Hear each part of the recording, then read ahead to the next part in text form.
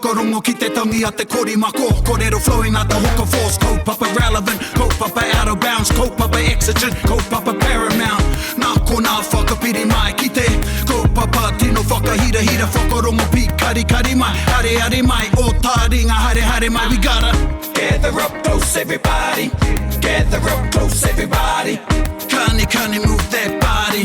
Kani move that body. He kōrero kei runga, he kōrero kei raro, he kōrero kei waho, he wānanga kei roto. Anei rā koutou, kua kuhumai anō ki te wānanga a Taringa. He wānanga i ngā huatanga o te wā, he wānanga e tai tikanga, he wānanga e tai kupu, he wānanga e tai whakaro. Nō reira nei mātou, tokotoru nei, e mihi nei kia koutou katoa ngai Taringa nau mai hoki mai, anei ki te puna pāho o Taringa, e mihi nei kia koutou, and kei kona nā pāwhakawairua o Taringa, tēnā kaurua, e hoa mā. Tēnā koutou, tēnā koe. Tēnā koe. E loki te kata mauri, Te pāwhakawairua. Yes, the pāwhakawairua, wow. Nei mai hoki mai, e noho ana ngā pāwhakawairua o Taringa i te korenga oku, i te pokapū i tēnei rā. Kei wāhi ke au e karawe ki parore, e tai haere ana. E tai haere ana, kia ora. E tai haere ana, and actually, koe rā ki te kōrero. That was a really good laugh, holding your cup of tea and whatever you got. Ai. And engari, i rongo tonu i te wairu o te kata. Ai, kia ora. I was about to say, karewi te parore haere, I'm not just wandering about. Yeah. And mā tātua tū, and I think perhaps the Tairāwhiti might say, karore. Karore, ai. Yeah. Engari, a tainui ka ki parore. Pewhia koutou e tai? Iaua. Karewi, tino mohiana mena rane ko. He karore, he parore. Yeah, you'll have some word that's on the other end of the spectrum. Ana, So, koera te parore, to wanda, ne? And kaiawa, you got kupu like kaiawa, means to be same sort of a thing, but kaiawa, te rere o te kaiawa, you haven't got a home. So ko te manu kaiawa is a bird that just sort of flies around and hasn't got a tree to perch in. And then we got the tēnei kupu, which is a sort of fun one. And koe tai, kei te whakamahi atunu tia tēnei kamutu e whakamahi ana te hunga, kāri te mua ki te kōrero i te reo, engari koe nei te te ikianga e oro tonu ana ai roto i te reo kōrero, ko te tipi haere. Tipi, ai. And again, tipi haere and parore are different. Hey, parore is sort of going about. Tipi haere, you're on a trip of some sort. Yeah. There's a plan where you've planned to go such and such, but between te a and the u, I wanganui i te a me te u, well, you have a tipi haere. Yeah. So koera te tipi haere. And then, ko tēnei kupu, ko te tai haere. Kia ora. Tai haere. E ne mihi anau ki takuranga tira, ko te tai haere. And a tai haere is, e mohi ana koe, e ahu ana koe ki whea. Ai. Ne, engari, kei roto tonu koe i te wairua o te haerere. Oh, yeah. But you're quite different, not only where you're going to end up, but how you're going to end up there. Koera te mea. So, koera te kupu. And, you know, hei whakaua kei ngā kupu e toru. You could say,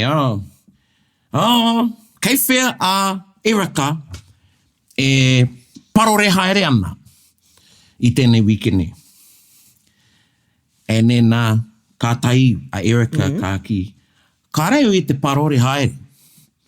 E tai haere anau ki te kaupapa te mea. Okay. Engari anō a te puaheri e kaewa atu ana ia ki whera. Ai. And that really came out of the Wairua Māori e te because there wasn't even going to be our kiwaha. Yeah, we had other thinking caps on it. Ai. But e tāua, pai. E parore ana, e karore ana rāne, and you can think, because kei roto i te waiata Reg Wharekura, ana ko te karore ne, tana waiata, tana tino waiata, koutou, karepea koutou e mohana koe a Reg, but e mohana pe koutou ki tana waiata erere.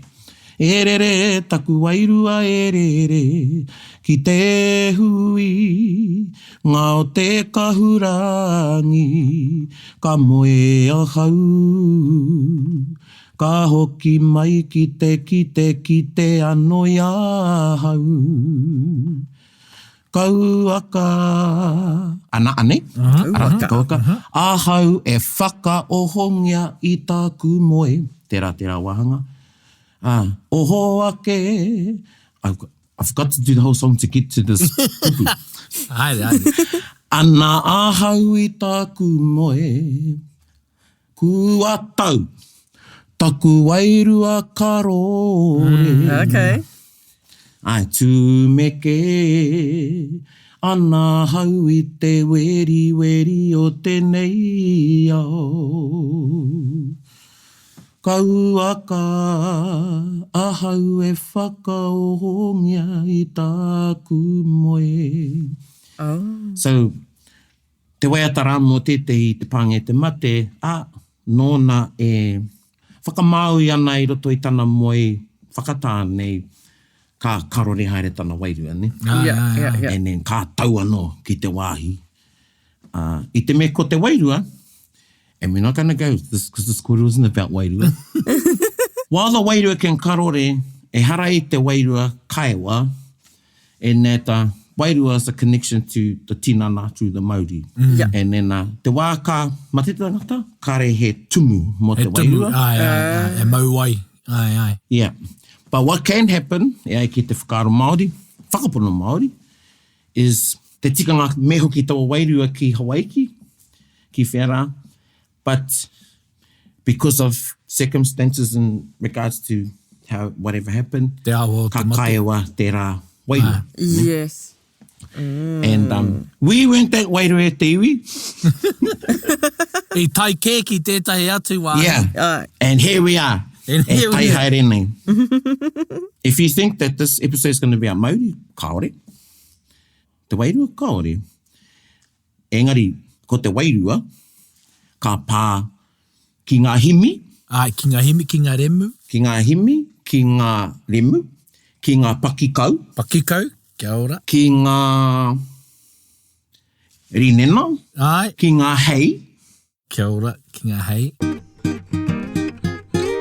So, tēnei tikanga 101, e pāna ki ngā kākahu Pākehā I whakamauritia ua kākahu rā Ai, ki etahi tikanga, ki etahi kōrero, ki a noho mai aua kākahu he harawa rānei, hei tohu tapu, hei tohu mana rānei mo tētei kaupapa. So, Pai. we're talking about clothes. ai. And really European clothing, and not something that you go down to Nike or wherever to buy, or the warehouse or Kmart with the tikanga. We're talking about the clothes or the hokoko that came in during the period of colonisation. But our tūpuna took some of those items and gave them kōrero. Or they were part of a kōrero and they still factor in a kōrero. Yeah. Ko tahi aku whakaaro ki te rohe Pōtae. Hea tēnei mea te rohe Pōtae. Hea hei whakapōtae ai tētahi rohe. Yeah, interestingly, te mutingi ho, ko kei tēnā iwi tana whakamahinga I te rerenga nei. Yes, te rohe 'cause Pōtae o tūhoi. yes, aye, That's aye. what I grew up hearing. Ah, okay. And then Yeah. I obviously live in the Waikato now. And in recent years I've heard that it's the King country. Yeah. Te kōti was in te rohe Pōtae, and when he was pardoned, ka hoki e ki roto o neiwi o mātātua, ki roto o tūhoi. O mātātua, kei pāma mai e tei. And because they'd heard that expression used, and it was used, and was in one of the waiata that he really, really liked, and he ended up taking and remixing. Ana ka ora tērā kupu ki reira, te rohe Pōtae o tūhoi. Kia ora. There's a lot of some symbolism with Pōtae, Ai. tuatahi, me whakaaro Māori tātou, ko te wāhanga e noho nei te Pōtae, koe nei te wāhanga Tapu. tapu katoa Yeah. o te tinana. Ai.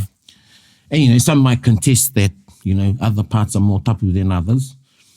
Engari, taku ki te ina kōrero tuku iho, ke rānei, he tapu te ure, he tapu te tara, he tapu te kōpū, nā wāhanga tō te tinana, engari ko te upoko o te wāhanga tino tapu, then there's other parts.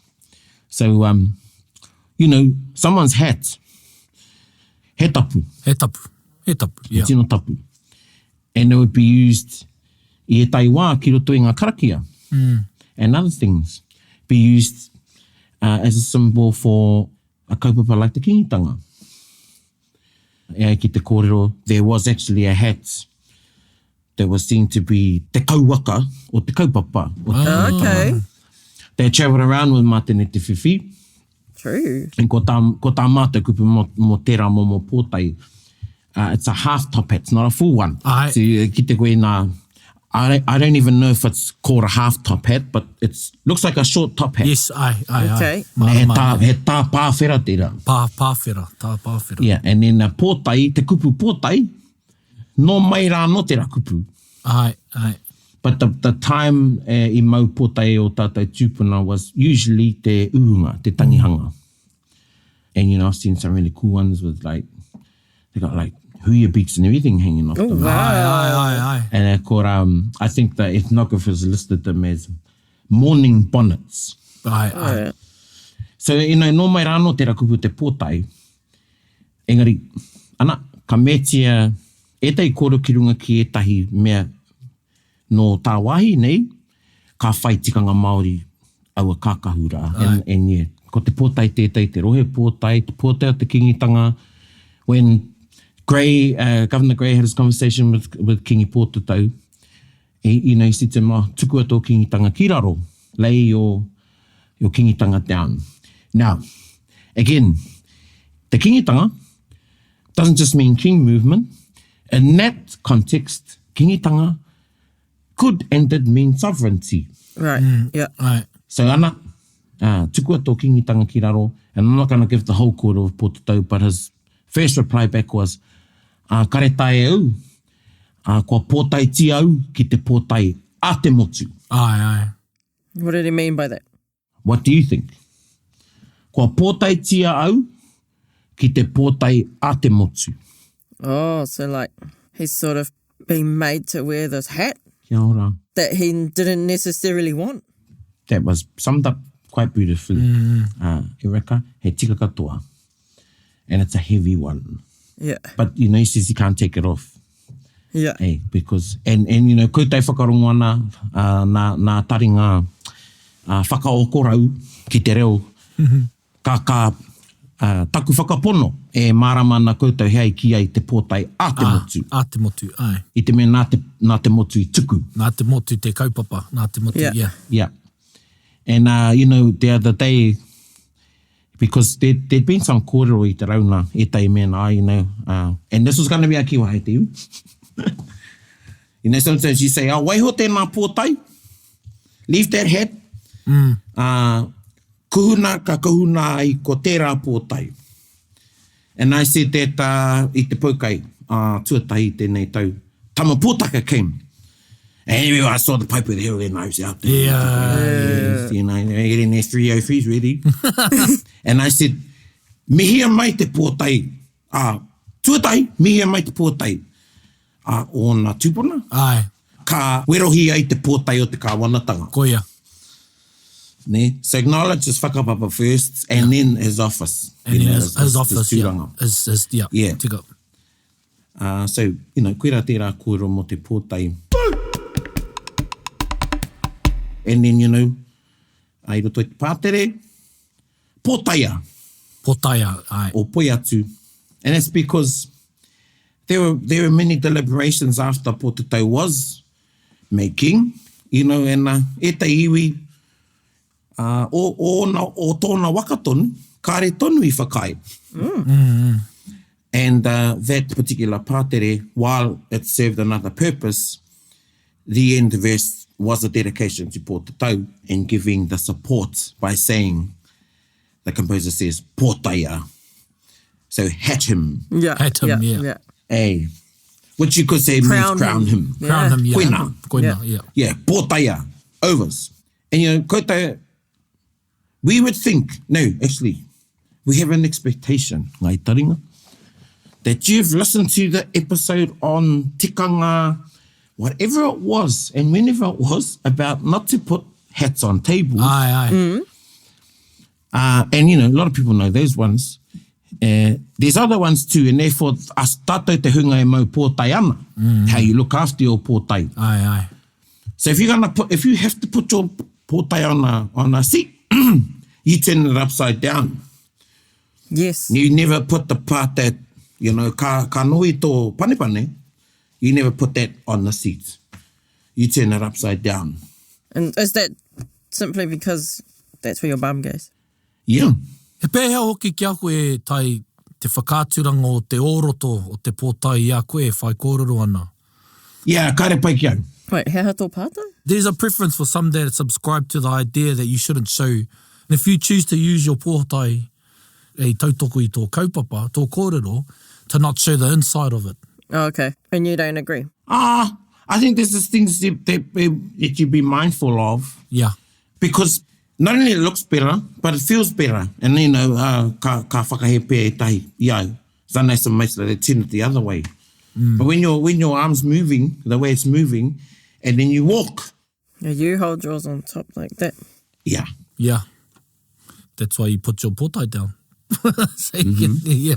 Yeah. I wouldn't, well, I hardly wear pōtai, but I wouldn't show the inside of my pōtai. Just out of, be it style or just aku whakaaro ki au anō. Hei ua ki te hunga, and I don't want to dwell too much on tēnei wāhanga, but I tainahi, ki tau i a pou. Kua rauraru o na whakaaro, kārehe wāhi mo tana pōtai. Aye. I te wharekai. And there very rarely is a place for hats these days. Aye. You know, once upon a time there were hat stands and te me. Te me te, yeah. I hara mai te wahine manaki nei tā rātou tepu. I was like, ki te tonu te kanoi o pou. Rātou, no, kare pai ki aia, ki ariro mā tērā wahine, ka rite mōheo ki tērā wahine. Aye. You're giving a piece of your clothing, Aye. and especially your pōtai, and those are things my kuia was very mindful about, that other people shouldn't touch your clothes. Yes. It was only because of the tapu, but, you know, kei rawe ke tia, o kākahu e tētahi, ne? And I know, koe rā pēr te whakaro pau. So I hara tau, I said, ho mai tō pōtai, kā pai pui. Yeah. And I got his pōtai, and I put it somewhere where I knew would be safe. Not only that, but safe by his standards. Yes. And that the pōtai would be looked after. And because you're always worried about that.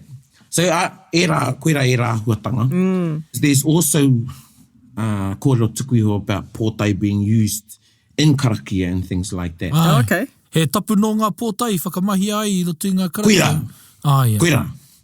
Koe rā e, and kare pia. Hewi mau pōtai a tainui mai rāno. Aye. I te mea, I rongo nui a hotiroa, tupuna nei mō tana pōtai. Aye. Okay. E rā pōtai o te moana nui, ne? Koe nā. Ngā momo pōtai. Yeah. Tahu mōhio, koe anake te ariki, tangata rānei, o tētai waka. I mau tonu ai tētai oera. Aye. Ta wahaika, te patu, wahaika, that part, how the wahaika curves, is named after te pōtai o Hotiroa. Kia ora. Yeah. And, you know, you see Is that the on mural every up, wahaika or a specific one? Ia wau, kera te kora irirangi ki au. Nā irirangi tērā kōrero. Cool. And ko ki te karepe koe ki te karenope ki te mural, Erica, but we got a mural up o te roa other marae, and it's got Hotiroa there standing on the beach, and he's got this feather. And when we were kids, we were going, what's that? Is that a Hawaiian? Well, we didn't even know what a Hawaiian looked like. We thought it was Indian or something. Yeah. You know, I didn't know what a Hawaiian looked like at 9 years, you know, when that mural was done. Yep. And then, you know, in 9 years, we've seen a revival of Pōtae I roto i te kapaka. Aye. I'm reminded of te mātarai, their depiction of tamatea I kahununu. Koena. And koena tō rātou whakaari ona, and they wore one of those pōtai, but just to make the distinction. Yeah. Well, now we think it's cool as, like, oh, it's so cool. You know, Rawiri's worn one, Huri's worn one, awaiake. Engari, te tangata tuatai mau I te pōtai, it was Māori ora. Kia ora. In 1992, I te koe te kai tātaki o Tūhaurangi, Ngāti Wāhia. Ai. And everybody laughed. Ai. Because nobody had seen it. Nobody had seen it, and they thought, They were going, what's Moriora wearing? Ana, engari nāna koe tētahi, nāna te rā I whakaoho. koe anō tana tupuna I mau pōtai, taupapuki. Me te taupapuki. Me te taupapuki, ai. Yeah. And because Moriora's one was made out of kiwi. His was the real deal. Sure, yeah. And, you know, and kare te whakaiti e tahi atu because that's koe te o kapaka. You know, Aye. some of us costuming, you can't, you know, who's got 20 kiwi at the back they can pluck to make their pōtai. Yeah. Man, they got nice thighs too, I hear. So koe rā tērā me mo te pōtai. But that's why I love hats. Ai, kia ora. Because I saw the last of that generation I roto I tō mātou iwi, hapu, I mau pōtai. Mai Karaua had his pōtai, Koro Brown had a pōtai, Koro Moon had a pōtai, Koro Tommy had a pōtai. They all had a pōtai, they were all fedoras. Kia ora. And they looked after their pōtai. And yeah, I remember being placed when Nan and Koro used to come to our house. Granddad's hat always in the same place. Koro's hat. Yeah. Remember that short I film? do. I do. I remember Koro's hat. The funny thing is, we never called our Karaua Māori Koro. Yeah. He was with Granddad. Granddad, yeah. Yeah. Nana was Nana. Then, yeah. Ko te ritenga, or the material, is that fedoras were good ones, are made out of felt. Felt, yeah. And they would brush their hats. Ai. Now, if you touch felts, you can see finger marks in the day. Yes, yeah. And we always wanted to touch Koro's hat because you went to touch it. And then, yeah, one day, Mao ko kere ama taku cousin tēnei. Tino kazi tēnei ki tai e mau. And we both wanted to touch his hat. And then kere ama was, who's going to touch it first? And then I says, you touch it first. How you sad. And then when he touched it, I realized, no, I don't want to touch it. I knew you And then were he going says, I knew you were going to make it. Touch it first. and then he goes, don't tell Koro, no, I won't tell Koro. We won't tell Koro. Granddad's not going to know Granddad. Granddad won't know. Put it back in the corner by the lazy boy, which belonged to my father. But the only person my father would relinquish this lazy boy to was my grandfather. Ai. Anyway, Granddad comes in. He doesn't even need to pick it up. Ka kite I tana pōtai, and he says, who touched my pōtai? And I just went, get it! Don't rob a bank with Praone, dude. Don't rob a bank with Praone. Oh, Kitty started crying.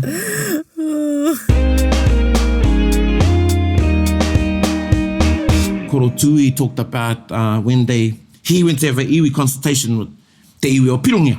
Ai. And he told Doc, hey, have you consulted? So they went around Kāwhia, they went to Manepoto, Ngāti Apakura, nā, tai mai hoki kia mātou. About what they wanted to do with Pirongia. And then Koro Tui says, have you consulted with the people, te iwi o te maunga? And they said, who's that?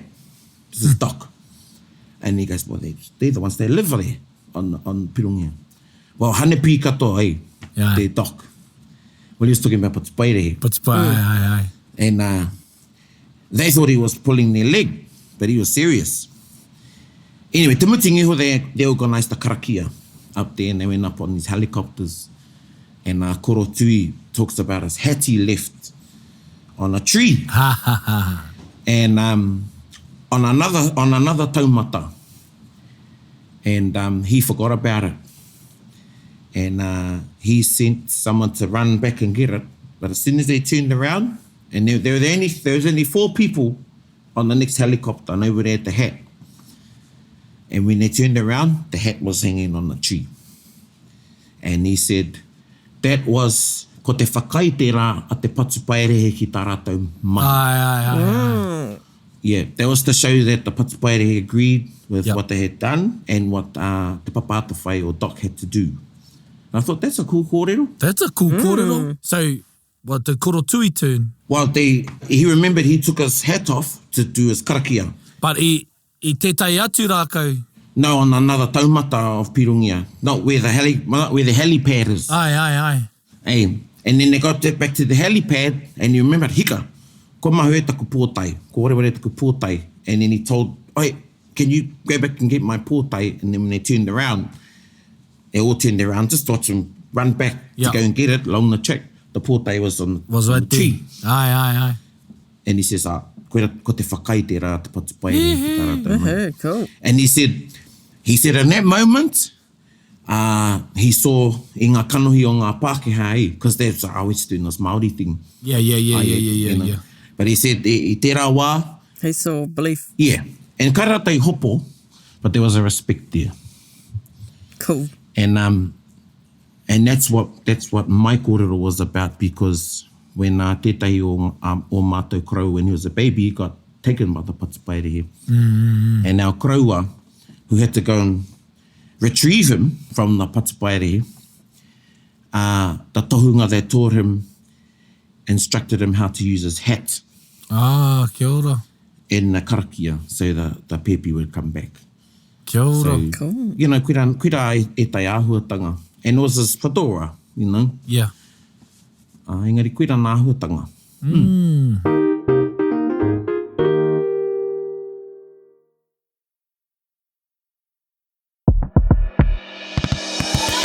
Me whakarongo pi kari kari. I'm quickly reminded of a friend of mine, no Maunga Tautari, in his karaua.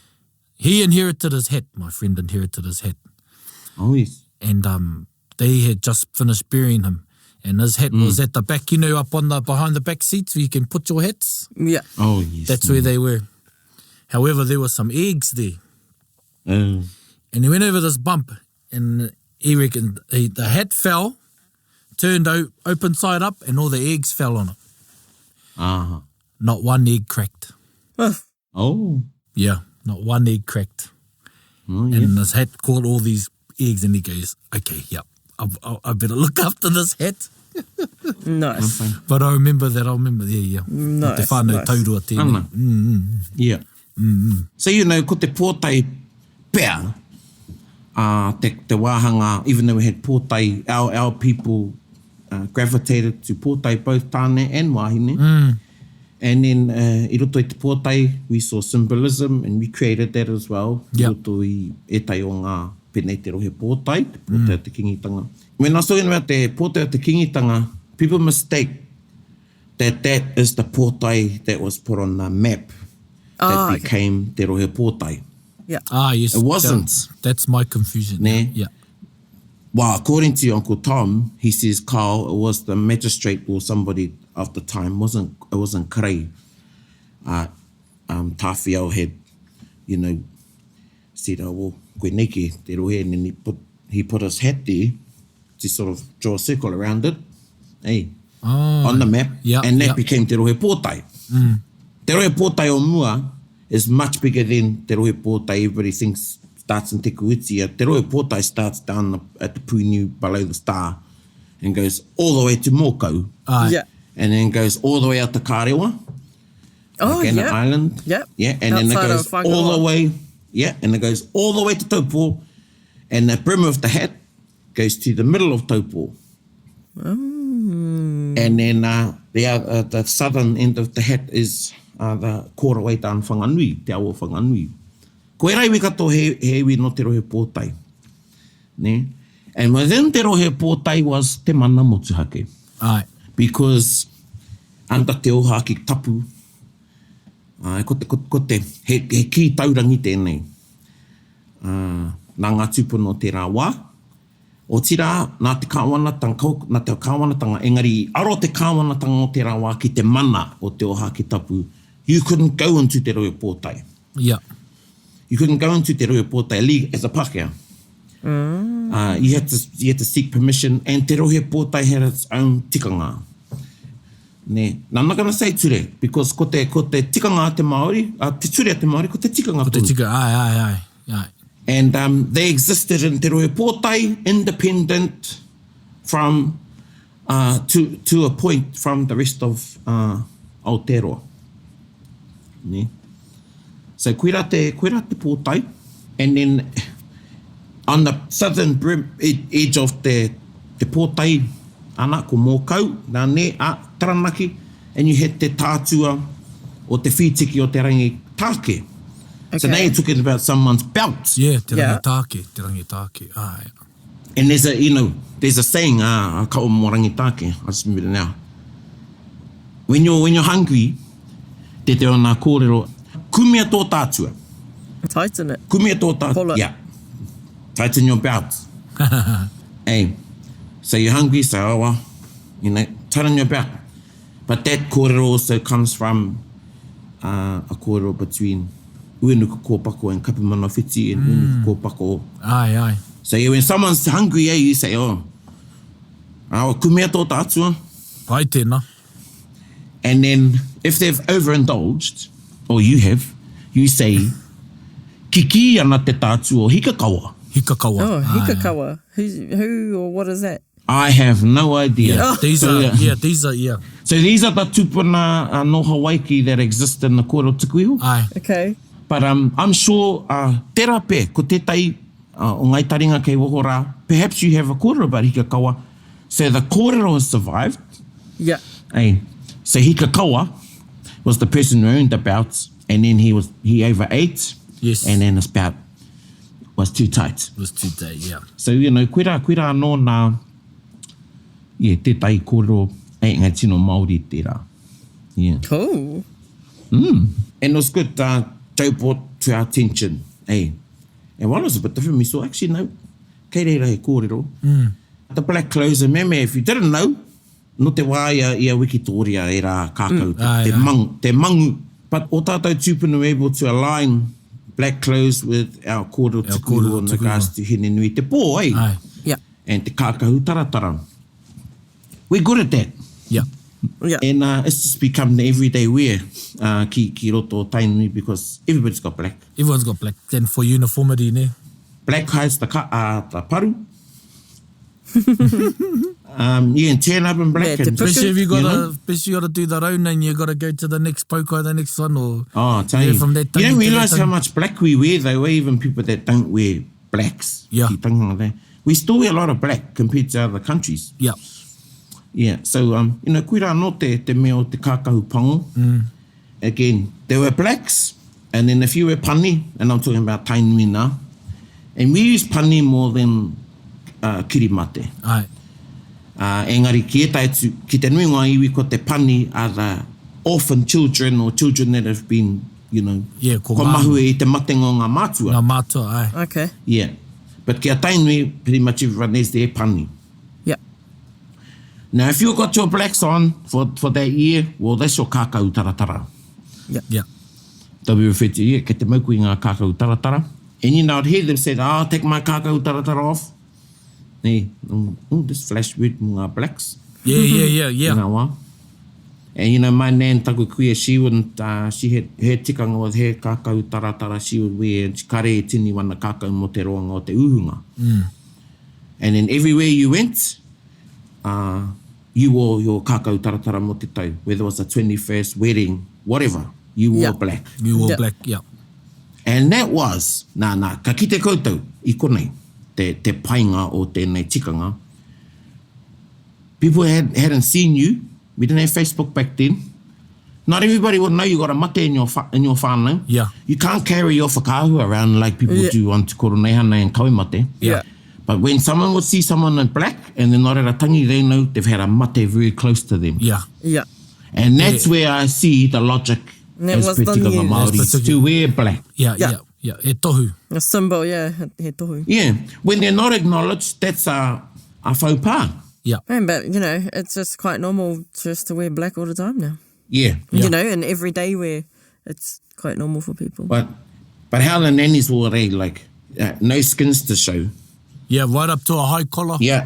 High collar, no skins to be shown. And they all are Like a head Ka meta? scarf. Yeah, ka meta ai. and they all had a hei. Oh, hea te hei. He aikiha. E aikiha. Kuira no te kupu mo te aikiha. And I was reminded, or I reminded some more, when I was little, I remember seeing the kuia. They used to be crying. Not even a tanganga. Ana e amate whakeke ana, and some of you listening will remember this. They'd have their hankies, and as they're crying, they're going like this. They're Yeah, waving Oh. it, yeah. Yeah, and then the other kuia, tangata whenua, they're on the other side, they're waving their ones. And I used to think, oh, what's up with that? You don't see that anymore. Nah. Hey. And, you know, they have their, some of them, oh, how their kameta's really tied up. And then, again, how we use a poroporoaki.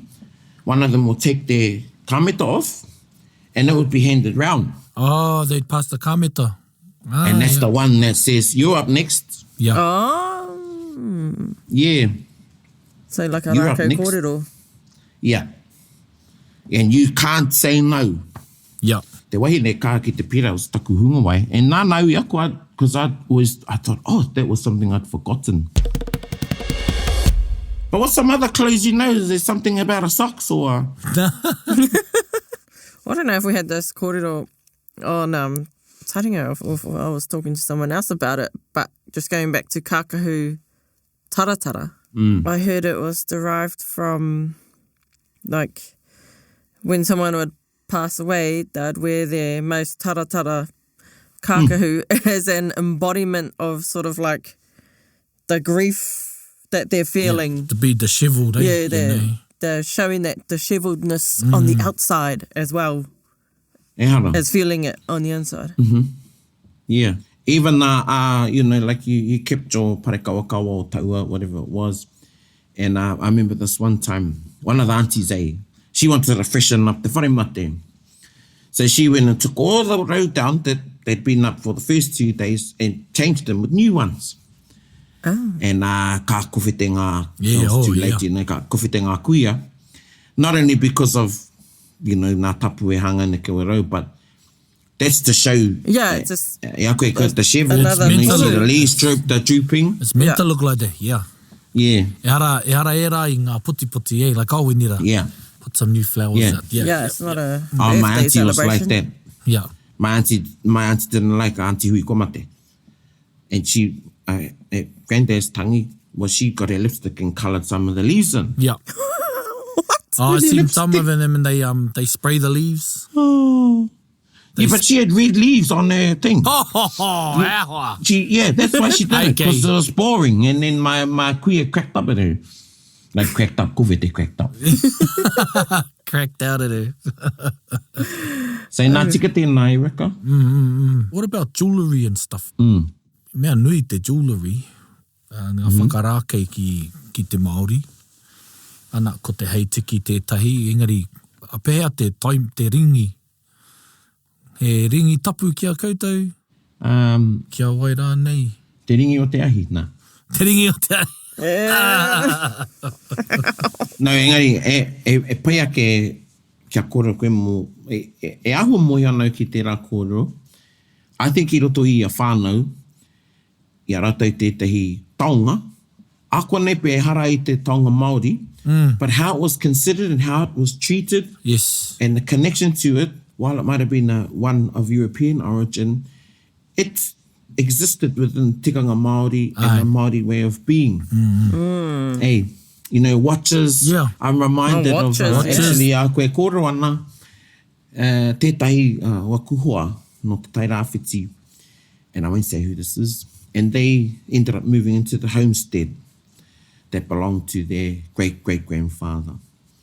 And anyway, there was a wardrobe in one of the rooms, and ko mate te kuia, I think, and she had always told them, stay out of that wardrobe. Nobody knew what was in it.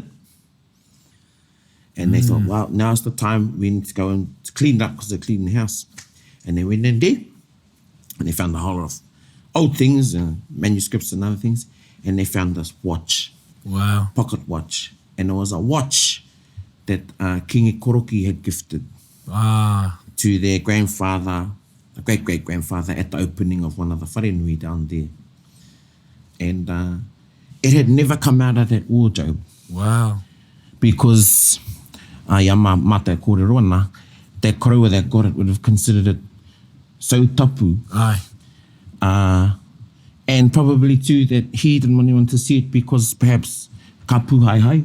Aye. And the letter that was still with the case and the watch that was in it. Yeah. I think they say tahua te rā kōrero. So Aye, being aye. revered, te wehi. Aye. Ne, te wehi Yeah. Māori nei. Aye, aye. Engari, he taonga Pākehā ki tēnā. Aye. Yeah. Engari, nā te ariki anō I koha. Ana. Yeah. Ana. That's so cool. And that's something I'd like, my takeaway is this, is that there's a lot said about us making things Māori, right? Like, we like to Māorify things. E kia hau nei, ko te mea ke, ko tā tātou whakatapu i ngā mea. You know, kāre tātou e whakamāori ana i ngā horanga ingari e whakatapu ki ana. Yeah. Yeah.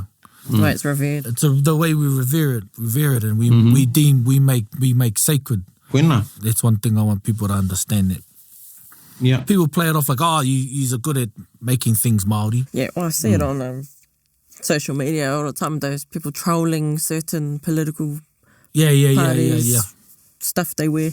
Yeah. He hohonu te kōrero I roto ra. Yeah. Me ngā whakaaro. Yeah. Well, that's the thing is, you know, we could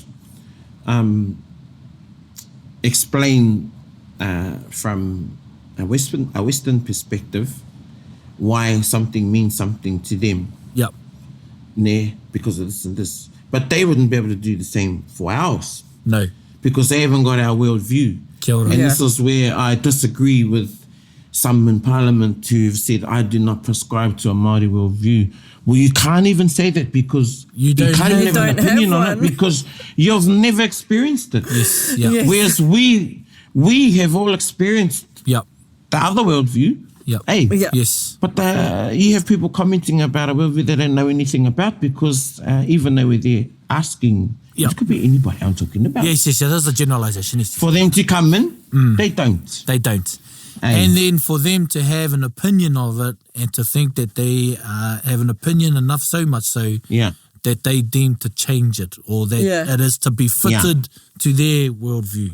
Yeah. Koina. And that's why, you know, kare rau te Māori te whakamahi e rā I kone kona ngā kākahu. And I want to finish with Rinena because, Yep. you know, Rinena's Lenin. And then, you know, whakamahi a tērā kupu I roto I te waiata, tērā waiata a Ngāti Porou. Mohikurangi. No problem. Hey, no problem. Because te matu o te whakaaro kei reira tonu. Yeah, so, hei aha mātātou. And, you know, we've been talking about the king's hat and such and such watch. One day it might be the Puheri's undies or something like that.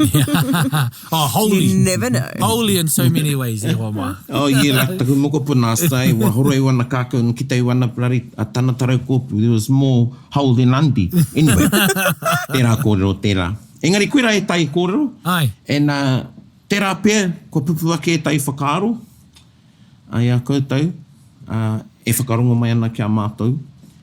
And, you know, I put a little thing out there, and I think, ki te kore koe mohi o pai te kōrero ne, hei, pai ake kia wai o te kōrero. Ai, wai ho te kōrero. And same with me. Ai. You know, pai ake kia haere mai te tai a tōna wā. A tōna wā, ai. Kōrero. Ai. And, you know, the inspiration to this wasn't just the hat. The Pōtae was a kare whakahui tana I ngana nei, whakarongo mai ana ia. You know, tētai whānau, they are named after a piece of clothing. See if the Pōtae can get this riddle. I'm not going to say who. Kei whakamate whānau nei, no te kāinga nei. And they were given their name because they were as close as the shirts of that tupuna's back. Oh, And that became their name. Oh. Ne? So, koe rā anō.